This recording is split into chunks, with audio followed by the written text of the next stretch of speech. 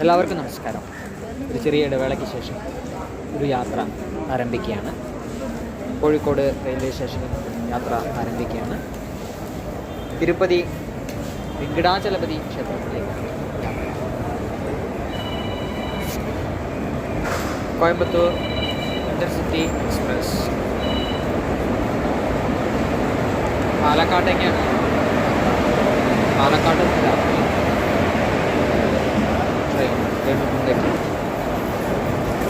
Train എത്തിയിരിക്കുകയാണ്. പാലക്കാട്ടേക്ക് യാത്ര.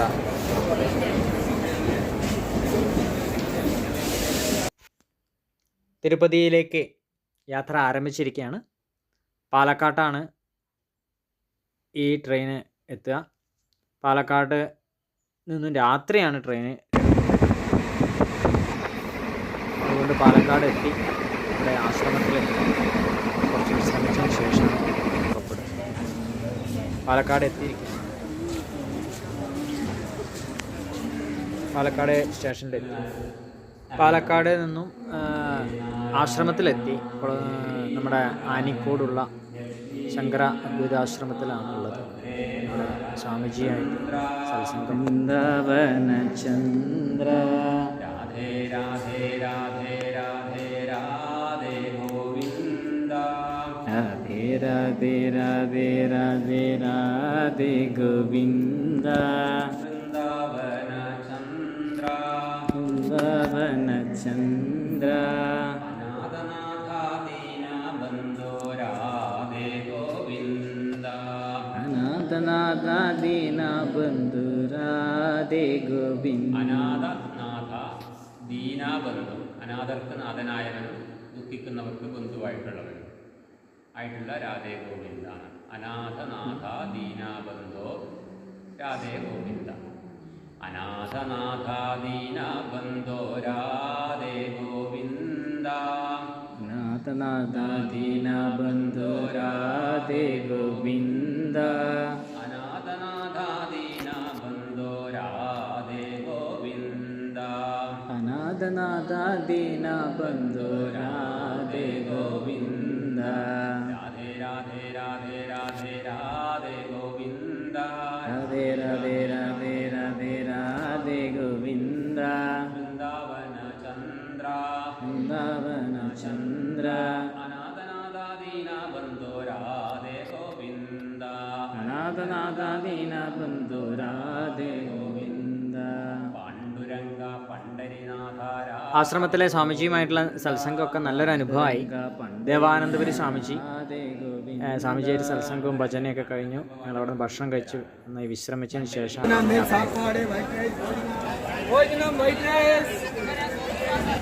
Train ഇന്നലെ രാത്രി വളരെയധികം ലേറ്റായിട്ടാണ് വന്നത്. സ്പെഷ്യൽ ട്രെയിനായിരുന്നു.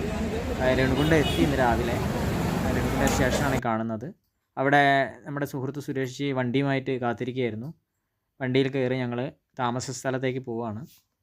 നല്ലൊരു താമസ സ്ഥലം അദ്ദേഹം ഏർപ്പാടാക്കിയിരുന്നു. അവിടെ എത്തി. ഇതാണ് നമ്മുടെ സുരേഷ് ജി.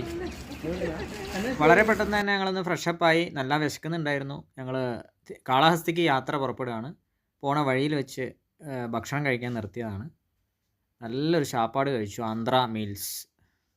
നല്ലൊരു ശാപ്പാട്, ഗംഭീര ശാപ്പാട് തന്നെ കിട്ടി. വയറ് നിറച്ചുണ്ടു. കാളഹസ്തിക്കുള്ള യാത്രയിലാണ്. കാളഹസ്തിയിലേക്കുള്ള യാത്ര. കാളഹസ്തി ആന്ധ്രാപ്രദേശിലെ ഒരു പ്രധാനപ്പെട്ട ഒരു ശൈവക്ഷേത്രമാണ്.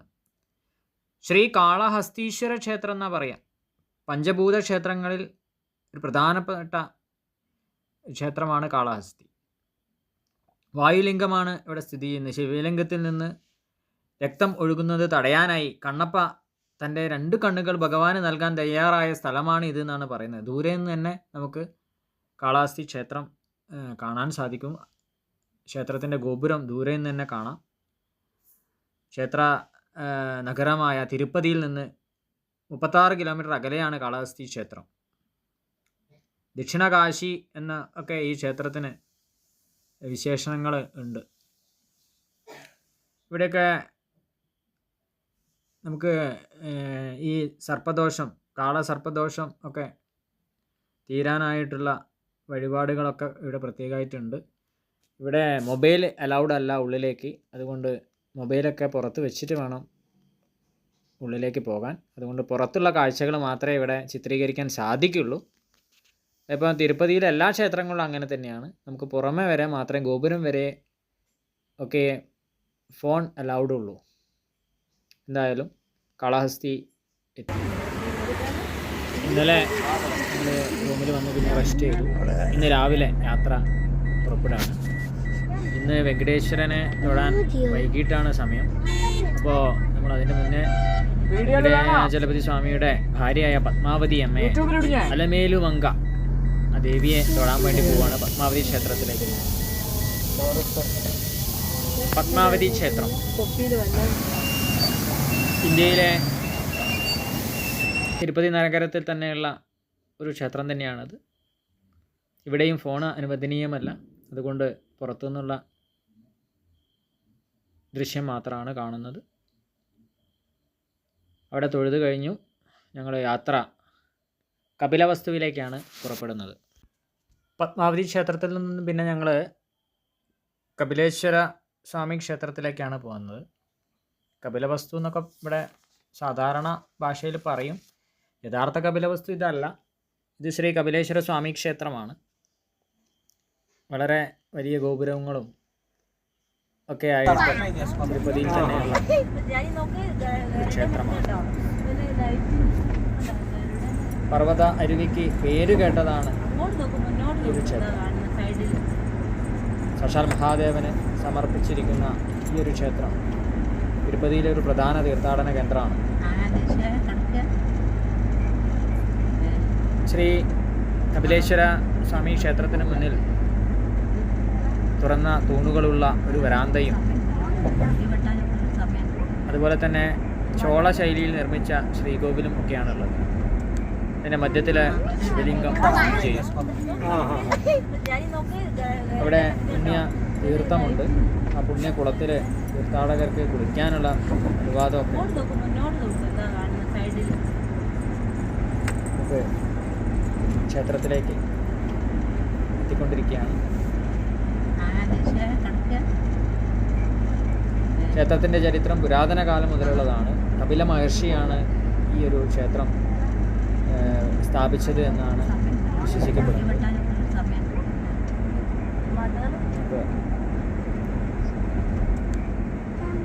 കപിലേശ്വരൻ തൊഴാൻ വേണ്ടി ദൂരെ നിന്ന് തന്നെ ലക്ഷം ആൾക്കാർ വരുന്നില്ലേ? ഒരു ദിവസം മലനിരകൾക്ക് അടുത്താണ് ക്ഷേത്രം. മുകളിൽ നിന്ന് അതല്ലേ ഇവിടെ വരുവാൻ പേടി. ഇവിടെ തന്നെ കാണുന്നത്.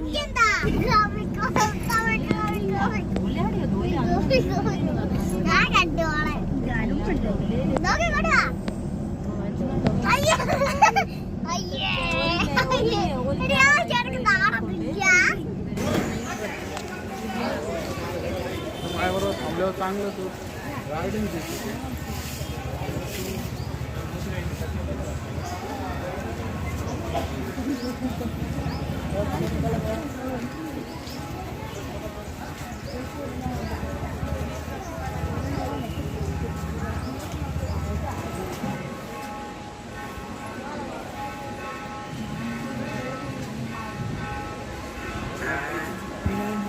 ಇದು ಒಳಗೆ ಸರ್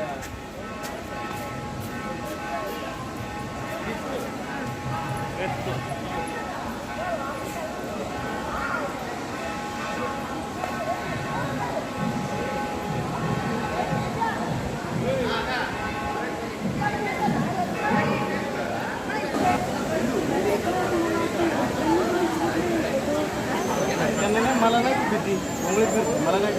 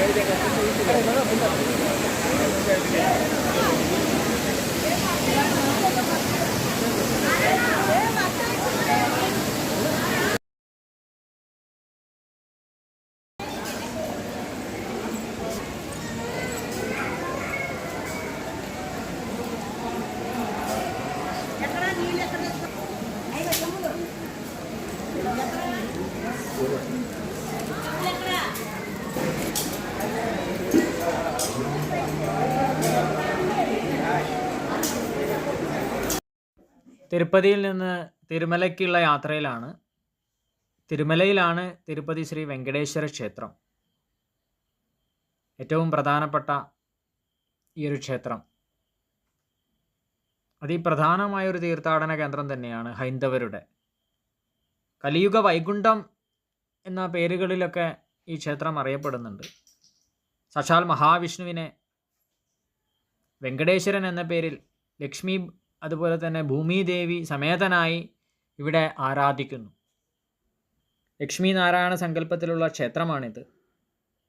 ഐശ്വര്യത്തിൻ്റെ ഭഗവതിയായ മഹാലക്ഷ്മിക്ക് വെങ്കടേശ്വരന് തുല്യപ്രാധാന്യമുള്ള ക്ഷേത്രം കൂടിയാണിത്. ദേവിയെ പത്മാവതി എന്ന പേരിൽ അറിയപ്പെടുന്നുണ്ട് നമ്മൾ നേരത്തെ പോയ ക്ഷേത്രം. ഇവിടെ വലിയ ഒരു ചെക്കിംഗ് ഉണ്ട്, ചെക്ക് പോസ്റ്റാണ്. ചെക്ക് പോസ്റ്റ് എന്ന് പറഞ്ഞാൽ ഇവിടെ വളരെ എല്ലാവരെയും പരിശോധിച്ച ശേഷം മാത്രമേ ഉള്ളിലേക്ക് കയറ്റുള്ളൂ. വണ്ടിയും ബാഗും എല്ലാം ഞങ്ങളുടെ ചെക്കിംഗ് എല്ലാം കഴിഞ്ഞു. വണ്ടിയിൽ നിന്ന് എല്ലാവരും ഇറങ്ങി, പരിശോധനയാണ്. അതിനുശേഷമാണ് ഞങ്ങൾ വണ്ടി പുറപ്പെടുന്നത്. വളരെ സ്ട്രിക്റ്റാണ്. ഇവിടെ നിന്ന് അങ്ങോട്ടേക്ക് മലയാണ്, നല്ല ഒരു യാത്രയായിരുന്നു. നടന്നു പോകുന്ന വഴികളുമുണ്ട്. ഈ ഒരു യാത്ര തിരുമലയിലേക്ക് കയറും തോറും, ഭഗവാന്റെ സന്നിധിയിലേക്ക് എത്തും തോറും ഈ ചാറ്റൽ മഴയും തണുപ്പും എല്ലാം ആ ഭൂലോക വൈകുണ്ഠത്തിലേക്ക് അടുക്കും തോറും ഭക്തിഭാവത്തിലേക്ക് ഓരോരുത്തരും മാറിത്തുടങ്ങി. ആ ഭക്തിഭാവം പതുക്കെ ഉണർന്നു. വളരെ സന്തോഷത്തിലായിരുന്നു. ഗോവിന്ദ കൃഷ്ണ രാമ ഗോവിന്ദ രാമ കൃഷ്ണ ഗോവിന്ദ ഗോവിന്ദ ഹരി ഗോവിന്ദ ഗോവിന്ദ ഹരി ഗോവിന്ദ ഗോവിന്ദ ഹരി ഗോവിന്ദ ഗോപാല ഹരി ഗോപാല ഗോവിന്ദ ഹരി ഗോവിന്ദ ഗോപാല ഹരി ഗോപാല ഗോവിന്ദ ഹരി ഗോവിന്ദ ഗോപാല ഹരി ഗോപാല ഗോവിന്ദ ഹരി ഗോവിന്ദ ഗോപാല ഹരി ഗോവിന്ദ. തുടക്കത്തിലേ ഞാൻ പറഞ്ഞിരുന്നു, വളരെയധികം സ്ട്രിക്റ്റാണ് ഇവിടുത്തെ നിയമങ്ങളെല്ലാം. പ്രത്യേകിച്ച് ഫോണിന് യാതൊരു അലൗഡും ഇല്ല. അതുകൊണ്ട് പുറത്തുനിന്നുള്ള ചിത്രങ്ങൾ മാത്രമേ ചിത്രീകരിക്കാൻ സാധിച്ചിട്ടുള്ളൂ. ക്ഷേത്രത്തിനകത്തേക്ക് ഫോണോ ഒന്നും, ഇലക്ട്രോണിക് ഒരു ഉപകരണങ്ങളും സാധ്യമല്ല. തിരുപ്പതി ക്ഷേത്രത്തിൻ്റെ പുറമേയുള്ള ദൃശ്യങ്ങൾ മാത്രമേ പകർത്താൻ സാധിക്കുകയുള്ളൂ. ഗോപുരമാണ് കാണുന്നത്. ദൂരെ നിന്നും ഗോപുരം ഞങ്ങൾ വരി നിന്നു, ഭഗവാനെ ദർശിച്ചു പുറത്തേക്ക് വന്നു.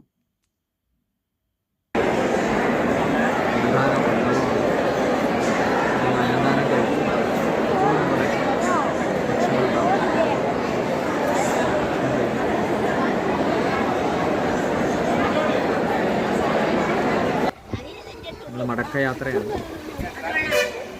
തിരിച്ച് തിരുമല ഇറങ്ങി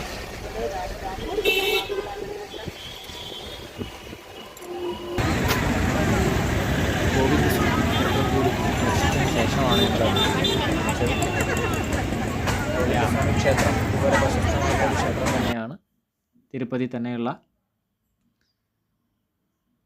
സുരേഷി ഞങ്ങളുടെ യാത്രയിൽ വളരെയധികം ഞങ്ങൾ ഒപ്പത്തിനൊപ്പം ഉണ്ടായിരുന്നു. എല്ലാ കാര്യത്തിലും വളരെ സന്തോഷം.